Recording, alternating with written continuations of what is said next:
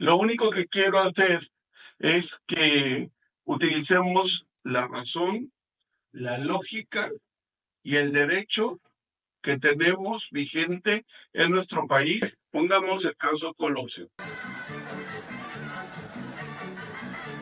Se darán cuenta que Otón Cortés, que fue quien fue procesado y condenado, eh, se ve en el video que leí para acá.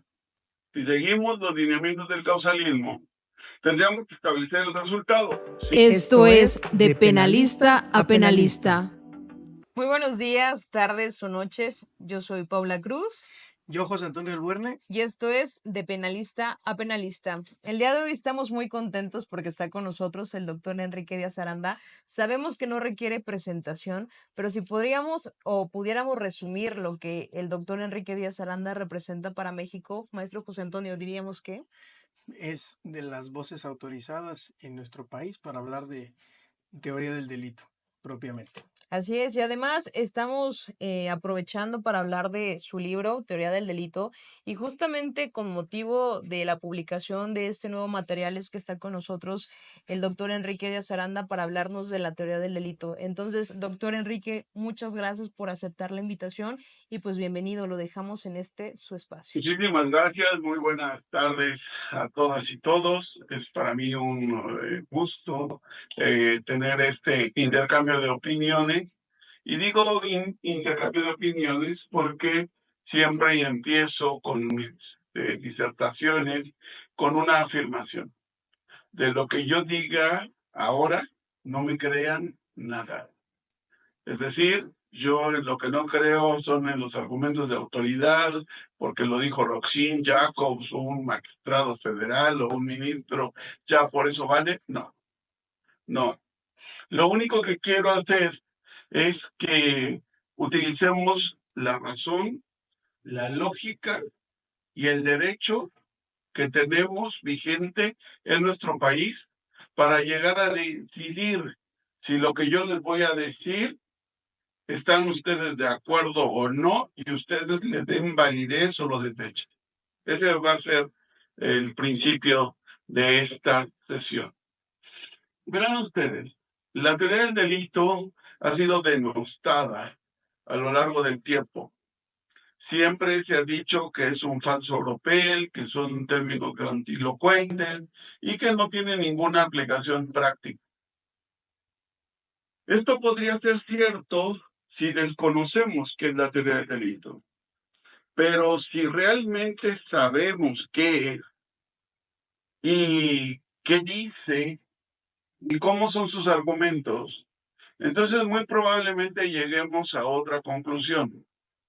Verán ustedes, la teoría del delito surge a partir de 1886 con Franz von Liszt, que dijo, a ver, un gran avance fue todos los aportes de la Revolución Francesa, en los cuales sabemos que Beccaria toma las ideas de Rousseau, Voltaire y Diderot para decir el derecho penal en este momento está siendo un instrumento de sanción que utiliza el señor feudal por su poder económico o el rey por su poder político. Y en ese sentido, uno u otro decide qué se debe considerar como delito. Un ejemplo de ello lo podemos ver en diferentes estudios preliminares que se hacen a este libro del delito y de las penas. Por ejemplo, en el que hace Tomás de Valiente, que es el presidente del Tribunal Superior de Justicia de España, cuando decía o ejemplificaba cómo es que un esclavo había tenido relaciones sexuales con la esposa del señor feudal. Este enojado dice que eso es un delito y que la pena a imponerle va a ser el desmembramiento. 4 briosos caballos son atados a las extremidades de este esclavo, alan uno en un sentido, otro en otro, y tratan de desmembrarlo. Después de horas no lo consiguen, Alguien llega, le hace incisiones en las extremidades, finalmente un caballo logra desprender un brazo, otro una pierna, al final uno otro brazo, y ya el cuerpo con una sola pierna y un tronco, la cabeza, todavía seguía vivo. Alguien llega, le echa petróleo, otro con la hoguera, lo enciende. Finalmente fallece. Pena de muerte por desmembramiento, como lo había establecido el señor feudal. Pero nadie sabía que ese adulterio estaba previsto como un delito y que la pena imponer era la muerte. Esto es lo que ponían de relieve los pensadores ilustrados cuando dijeron, primero tiene que haber una ley que tiene que ser emitida por el representante del pueblo, llámese asamblea, en la que establezca de manera previa y escrita cuáles son los comportamientos que se consideran delictivos y cuál es la pena a imponer. Ustedes bien conocen que eso da lugar a todo ese principio de legalidad, que nos da otras diferentes garantías, que son ley escrita, ley previa, ley de aplicaciones. Conforme a eso, entonces, solamente aquella ley que estuviera emitida por el legislativo de manera previa podía ser aplicada a casos que se suscitaran posteriormente. Esto fue un gran avance, sin duda alguna, pero faltaba un método de análisis, un sistema que nos dijera cómo se interpretaba esa ley, porque evidentemente la realidad demostró que la taxatividad de la ley era imposible. La ley nunca va a poder describir con detalle todo lo que puede suceder y que debe ser considerado como delictivo. Es por ello que Franz Folli dice, bueno, lo primero que tenemos que hacer es definir qué es un delito antes que nada. Y antes que nada, un delito es una conducta que contraviene el orden jurídico, decía Franz Folli, y por tanto es antijurídica, y que se le puede atribuir a una persona desde el punto de vista psicológico, por tanto es culpable. Conducta antijurídica y culpable como primera estructura, que después es consolidada y complementada con los aportes de Ernst Fein, que nos dice, antes que poner esa conducta que produce un resultado ante todo el orden jurídico, tiene que haber una primera fase de análisis que es si el derecho penal la capta. Y en ese punto, entonces, tendríamos que decir que si esa conducta la capta la ley penal en una descripción, entonces diríamos que es una conducta típica. Vamos a ver entonces la diapositiva en la cual se establece esa estructura de conducta típica, antijurídica y culpable. Veamos entonces cómo es que en un esquema, digamos, un tanto para fines didácticos, podemos llegar a establecer ese planteamiento. Entonces, si nosotros empezamos a analizar esa primera estructura, podremos encontrar aquí, en el sistema clásico, podemos ver cómo es que Franz Folli nos empieza a decir, primero, lo que tenemos que establecer es si hay una conducta, aquí, sistema clásico, una conducta unida a un nexo causal que nos lleva a un resultado. Si se dan cuenta en la diapositiva, lo que está estableciendo es el nexo causal. Y si lo ven en la parte baja, dice objetivo. ¿Qué quiere decir? Que eso entonces tiene que ser pasado por las ciencias naturales. No puede ser de otra manera. Si nosotros, como lo hago en las explicaciones presenciales, pusiéramos un ejemplo en el cual yo lanzo una piedra y pega en un vidrio, en una ventana, y la rompe, y lo aplicáramos conforme a lo que hemos establecido, tendríamos entonces que mi resultado es ¿cuál? Díganme quienes están escuchando esto. ¿Cuál es el resultado? Tenemos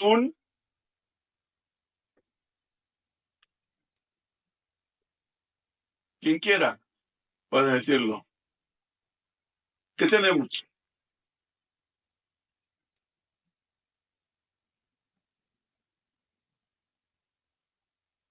Los escucho. Es un daño, doctor, Un daño en los vidrios, en la ventana, ¿es un daño en los vidrios o un daño en propiedad ajena? propiedad ajena. Claro. Un daño en propiedad ajena, ¿están de acuerdo? Y ahí es donde empezamos a tener los problemas, porque no estamos siguiendo la metodología que nos marca la teoría del delito. La teoría del delito primero nos dice cuál es la conducta, cuál es el resultado, desde un punto de vista objetivo. Si nosotros habláramos del daño en propiedad ajena, no estamos hablando del resultado, estamos hablando de la ubicación del hecho en la tipicidad. Si ven la diapositiva, ya nos estaríamos saltando una primera fase, que es la conducta, y hemos llegado a la segunda sin comprobar la primera. Es decir, ya estaríamos hablando de tipicidad. Es decir, cómo lo contempla la ley penal. Y ahí es donde nos empezamos a equivocar. Porque si esa ventana es mía, ¿hay daño en propiedad ajena?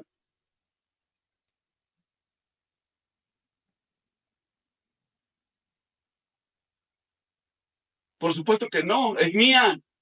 Y como propietario tengo el derecho de uso, goce, disfrute y disposición, que implica que yo puedo donarla, venderla, regalarla o destruirla. Por tanto, no habría daño en propiedad ajena. ¿Se dan cuenta? Eso es la teoría del delito, un método de análisis. De acuerdo con esta sistemática, el resultado es un vidrio roto.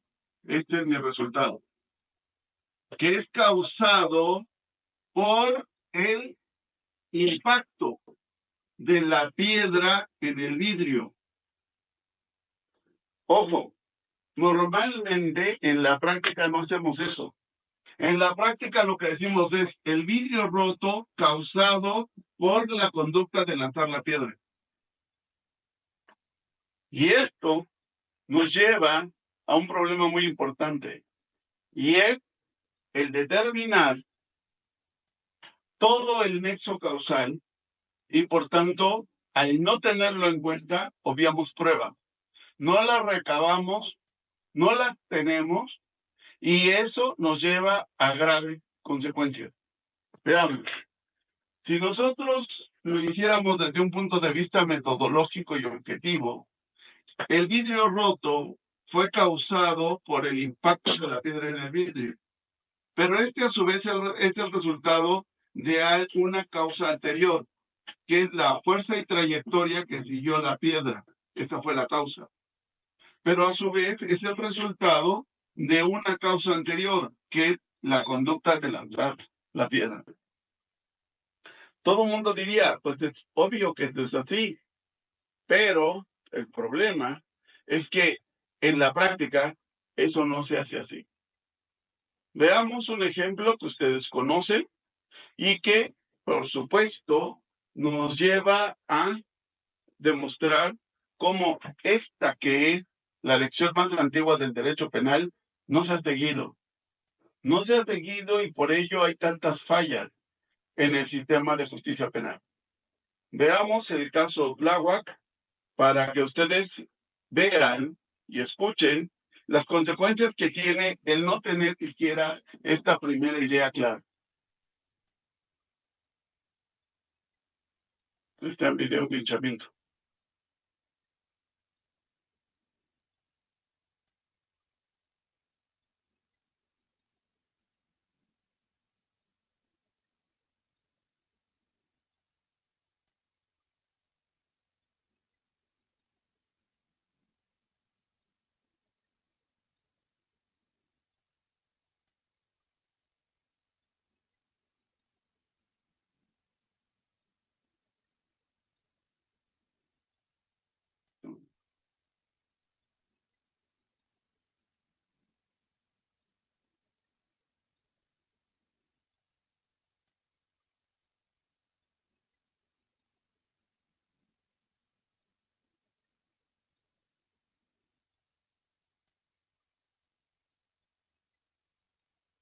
Sí, lo vi. Bueno, de nuevo, todo.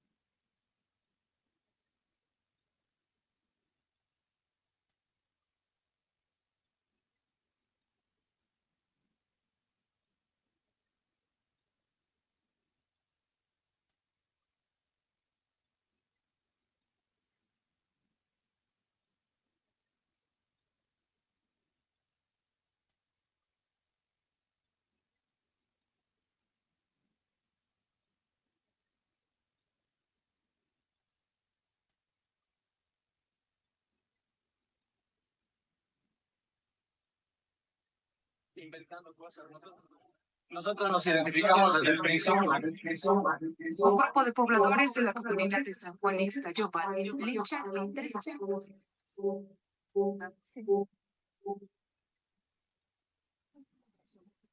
Los hechos se desarrollaron cerca de las 19 horas, cuando los agentes de la extinta policía... No escuchan bien, ¿verdad? No se escucha muy bien. Las labores de investigación en contra del narcomenudeo. Sin embargo, los pobladores aseguraron haber sorprendido a los agentes tomando fotografías a menores de edad, por lo que fueron acusados de ser secuestradores. No se escucha muy bien.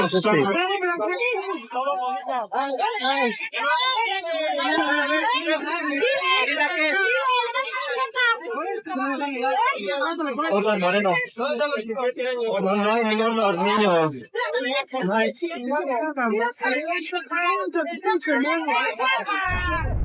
Los federales fueron retenidos por al menos 300 habitantes de San Juan Ixtayopan, quienes los interrogaron, golpearon, amarraron a postes de luz y quemaron vivos a 2 de ellos. Listo, Morales. ¿Qué es lo que van a hacer con los niños? No, señor, andamos trabajando en investigación. ¿De dónde son? De áreas de terrorismo de... ¿Son federales? Sí, señor. Posteriormente, el agente Edgar Moreno Nolasco fue trasladado al kiosco y tras casi 3 horas de iniciado el linchamiento, fue rescatado con vida por judiciales, quienes llegaron al lugar y disiparon a la población con gases lacrimógenos. La policía tenía que haber intervenido de manera más ágil, haber enviado un mayor número de elementos policíacos, una intervención más eficaz. Más tarde, autoridades de la PFP confirmaron que los 3 oficiales pertenecían a su corporación. Los policías que fueron asesinados y quemados. Tras los acontecimientos, el entonces presidente de México, Vicente Fox, decidió remover de su cargo al secretario de Seguridad Pública del Distrito Federal en ese entonces, Marcelo Ebrard, por no actuar a tiempo para rescatar a los oficiales, decisión que hizo llegar al propio jefe de gobierno capitalino, Andrés Manuel López Obrador. Nosotros estamos por limpiar los cuerpos policíacos, por reorganizarlos, por destituir, como se destituyó ayer a otros 8 mandos de la Policía Federal Preventiva. Para 2008, 10 personas acusadas de perpetrar el linchamiento fueron condenadas a 46 años de prisión, y para 2011, autoridades federales lograron detener a Alicia Zamora, la Gorda, y a su esposo Eduardo Torres, quienes fueron señalados como los autores intelectuales del ataque.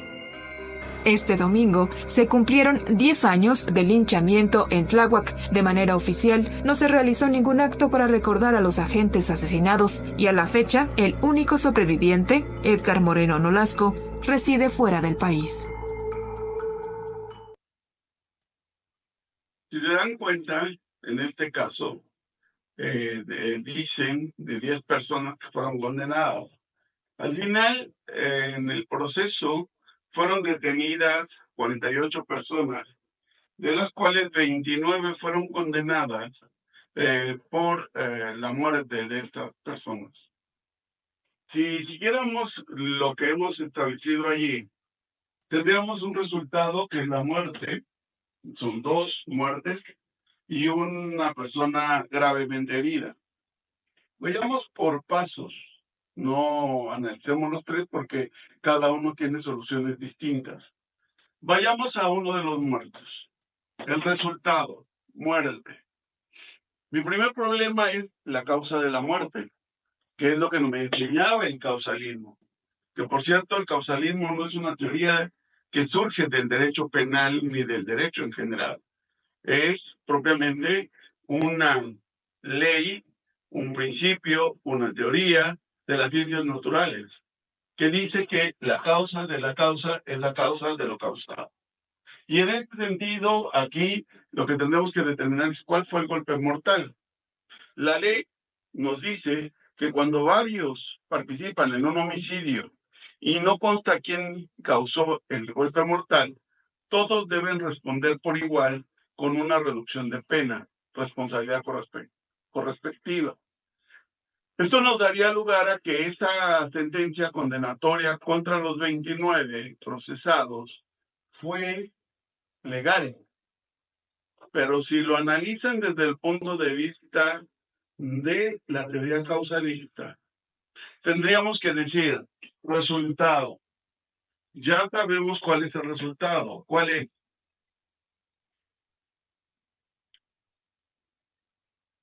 Los escucho. La pérdida de la vida. La muerte. Si ya sé qué busco, ya sé entonces también dónde lo busco, en dónde está la prueba o dato de que están muertos.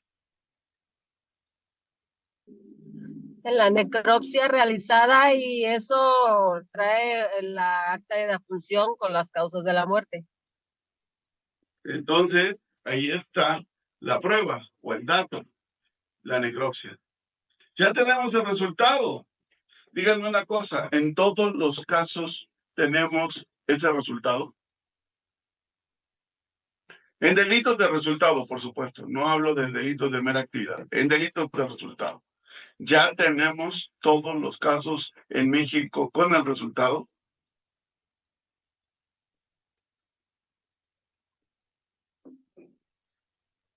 Con el resultado sí, porque es la muerte. ¿Ah, sí? El resultado ahí está. ¿Sí? ¿En todos los delitos? ¿En todos los delitos? Porque la pregunta es un poco provocativa. Estoy hablando ante el Tribunal Superior de Justicia de Guerrero. Díganme en el caso de Yotzinapa, ¿cuál es el resultado? Ah, sí, sí, tiene razón. Pues no saben, nadie sabe. Nadie sabe y hay procesos abiertos. ¿Cómo? Esto en el causalismo es impensable. Es violatorio de derechos humanos, es violatorio de todo Estado democrático de derecho. ¿Cómo me atrevo a establecer un proceso penal deteniendo a personas, privándolas de su libertad, si ni siquiera sé qué pasó? Ese es un buen ejemplo. Y esa es una lección de 1886. Y que me la daba la teoría del delito. Primero mi resultado, porque ahora la Constitución, en el artículo 20 A1, me dice que el fin del proceso es el esclarecimiento del hecho. ¿Cómo voy a establecer el esclarecimiento del hecho si ni siquiera sé el resultado?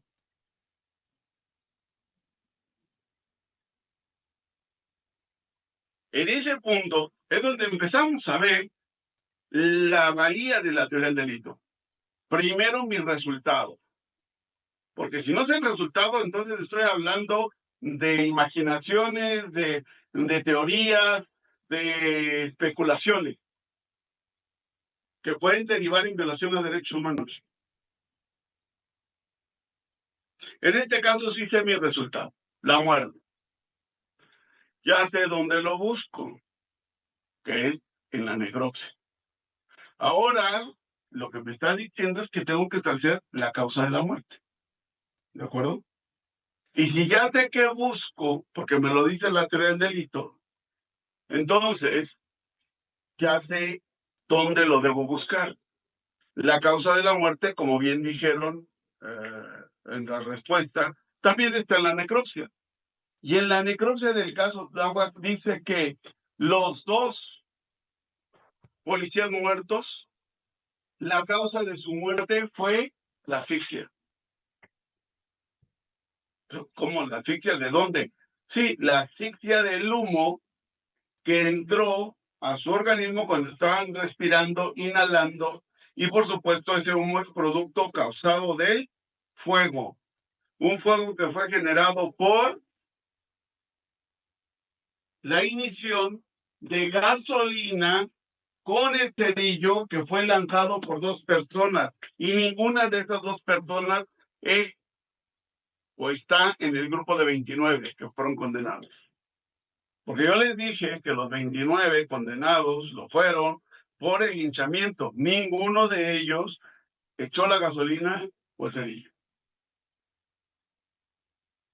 ¿Pudieron cometer otro delito los que lincharon? Sí. Pero ese, no. El de homicidio, no. Y los verdaderos responsables por la comisión de este delito, en sus delitos de homicidio, están libres. ¿Se dan cuenta? Solamente les estoy hablando de la primera teoría, de la más antigua del derecho penal, de la dogmática penal. Y yo me podría pasar aquí más de 30 horas narrándoles casos como el del cardenal Posadas Ocampo, el de Rubí, muchísimos, no solo de homicidios, sino de delitos sexuales y muchos más, en los cuales ni siquiera el resultado lo tenemos. Y eso nos da lugar a que podamos llegar a contratos a vincular, pero finalmente al momento del proceso y de la sentencia, ni siquiera podamos cumplir con los requisitos del artículo 405 del Código Nacional de Procedimientos Penales. El caso Rubí fue otro gran ejemplo, o el caso Colosio. Pongamos el caso Colosio para que vean a qué me refiero. Pongamos el video. El último video en la parte final sí ya lo oían bien, ¿verdad? Sí, doctor. Ok, pongamos el caso Colosio.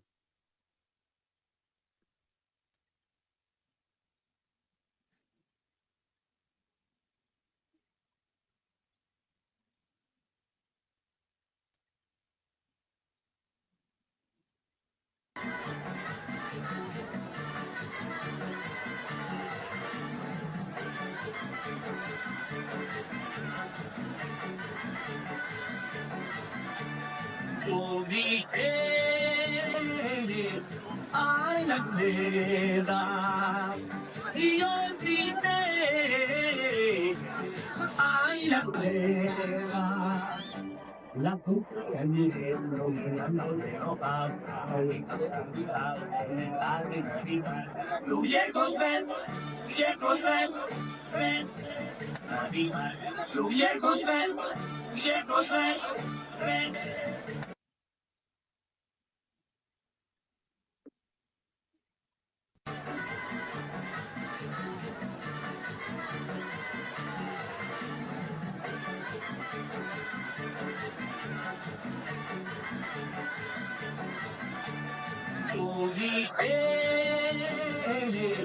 Ay, la verdad, y olvidé, ay, la verdad, la culpa lo mirando no va, me dan en la vida, fluye con él, ven. Chingue a su madre, que no es tuyo. ¿Qué foto? Ahí me voy a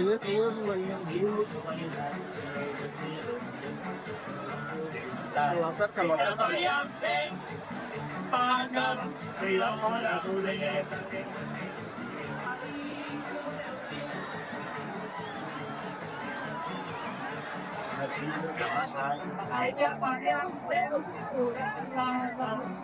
No sé. ¿Dónde lo vieron?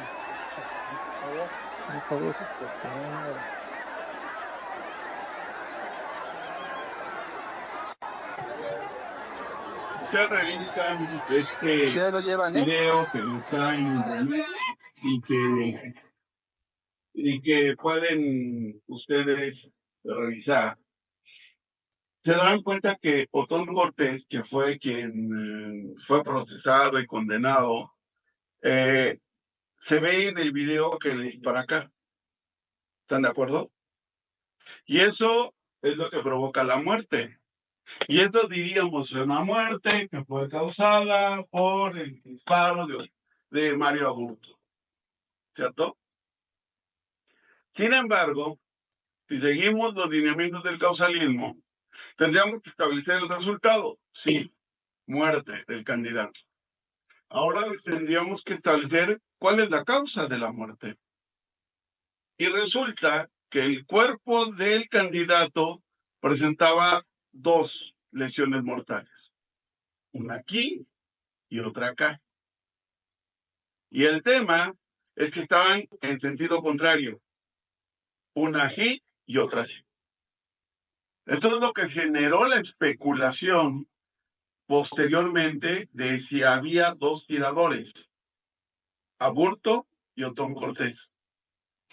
Y esto es el problema. Si desde el principio hubiéramos tenido claros los planteamientos del causalismo, nos habríamos enfocado en la prueba científica para determinar si había solo una lesión mortal o si había dos. Y si había uno o dos tiradores. Porque después de varias fiscalías, la última de Luis Raúl González Pérez, que publicó 4 tomos, en la cual explicó cómo es que, según un análisis y un dictamen, esta bala, al ser detonada, percutida por la pistola de Mario Aburto, da lugar a que el cuerpo del candidato gire y le da la oportunidad de dar el segundo disparo. Si eso es sustentable científicamente o no, es cuestión de que podamos revisar todo ese expediente, esa carpeta, bueno, no era carpeta de investigación, era averiguación previa. Problema, se hizo muchos años después.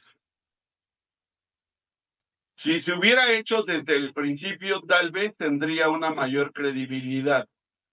Pero el sustento científico es el que debe establecer si efectivamente fue uno o fueron dos.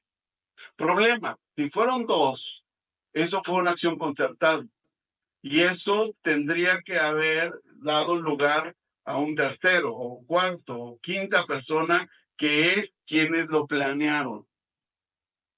Y de ahí en adelante empieza a partir de esa teoría causal toda una serie de cuestionamientos que dan lugar a la aplicación de la teoría del delito. Una, si fue realmente uno, ¿de acuerdo? Muy bien, podemos establecer cómo fue que causó la muerte de una persona y pudo dar dos, o pudo causar dos lesiones mortales.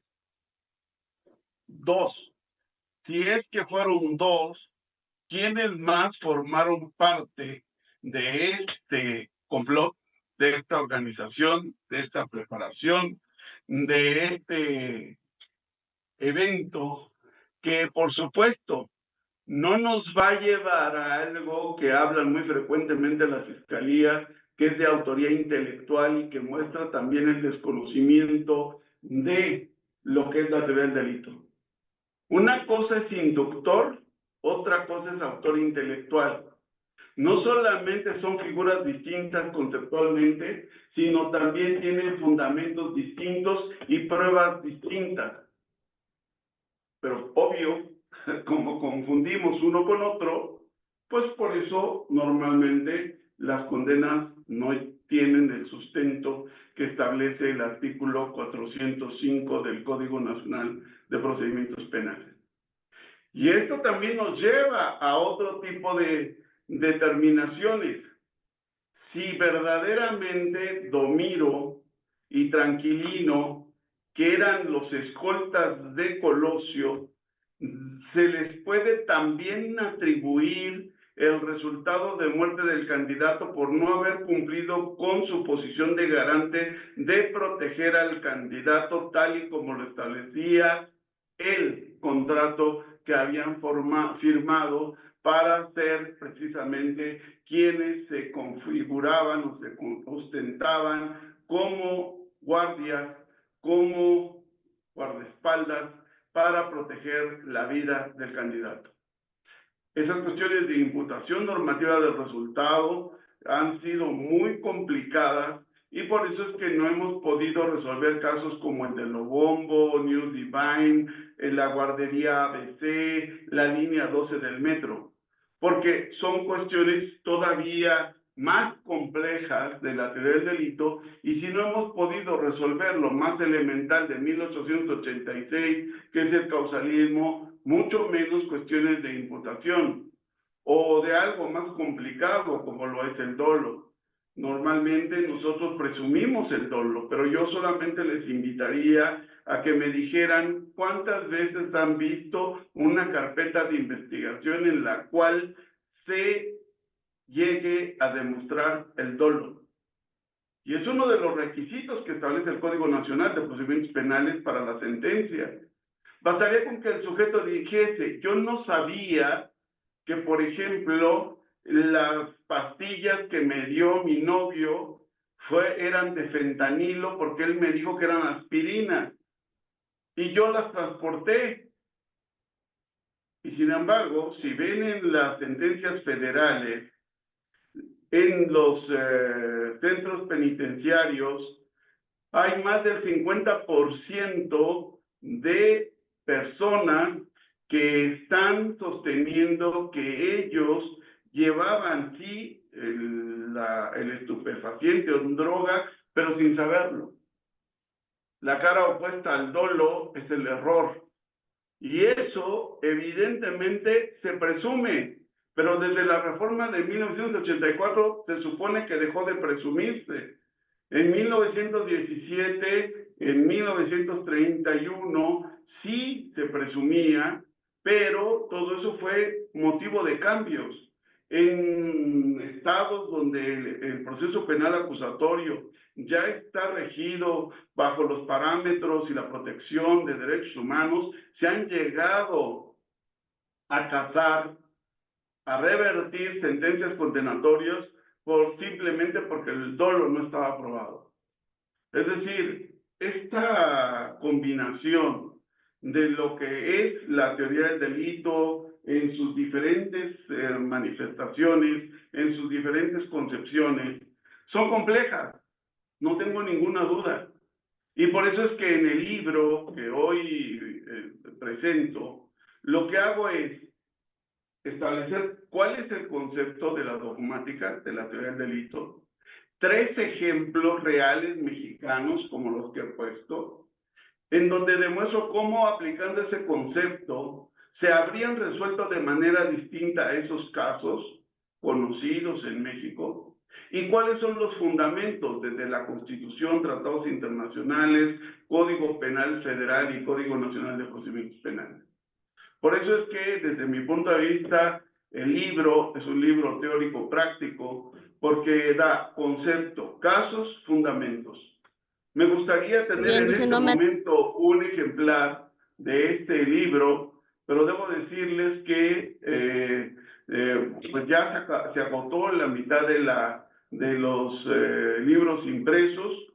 Ya en este mismo momento ya no tengo ninguno, mañana me llegarán más ejemplares, pero tengo una regla: libro que se agota, libro que ya no se vuelve a publicar, a imprimir, porque creo que todo esto tiene que ser motivo de evolución. Seguiremos aquí hablando de la teoría del delito, con todo y que se hable de que ahora vendrán jueces de elección popular, de acuerdo, pero yo creo que aun cuando sean ese tipo de jueces, también tienen razón, también se les puede hacer una exposición lógica que les haga llegar a la convicción de cómo es que uno puede formular la imputación, la acusación, o cómo es que uno puede defender, formular los alegatos de la defensa ya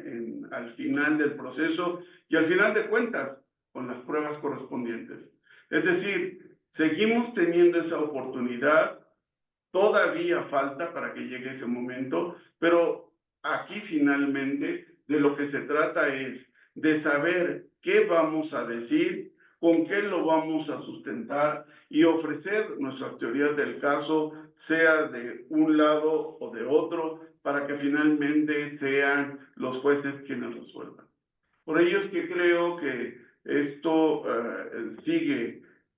sea como sea, tendremos que seguir analizando, tendremos que seguir adelante y no hay nada más que poder exponer de forma clara, de forma concreta, de forma lógica y con la prueba correspondiente para sustentar nuestra acusación, defensa y sobre todo nuestra resolución. Doctor, pues la verdad que cátedra nos acaba de dar. Creo que no hay forma de explicar más fácil y más sencillo el nexo de causalidad, figura que tiene pues relevancia fundamental en el proceso de justicia penal, y le agradecemos pues mucho la disposición, la disponibilidad de conectarse, de compartir sus vastos conocimientos con nosotros y con todas las personas que tengan la posibilidad de escuchar este podcast. Entonces, reiteramos nuestro agradecimiento, nuestra profunda admiración y pues... Ojalá esto los invite a estudiar teoría del delito y desde luego comprar el libro del doctor. Síganos en todas nuestras redes, estamos en YouTube, en Spotify, en Facebook, en Twitter, ahora X, y estaremos publicando el episodio lo más rápido posible, pero no se olviden de compartir, no se olviden de podernos recomendarnos con más colegas de ustedes y así poder formar una comunidad jurídica más grande. Queremos llegar a más personas y solo ustedes nos pueden ayudar para que este proyecto siga creciendo y siga avanzando. Así es, este proyecto es de todas y todos ustedes y entonces no queda más que disfrutarlo y seguirlo apoyando. Les mandamos un saludo y hasta la próxima. Esto es De Penalista a Penalista.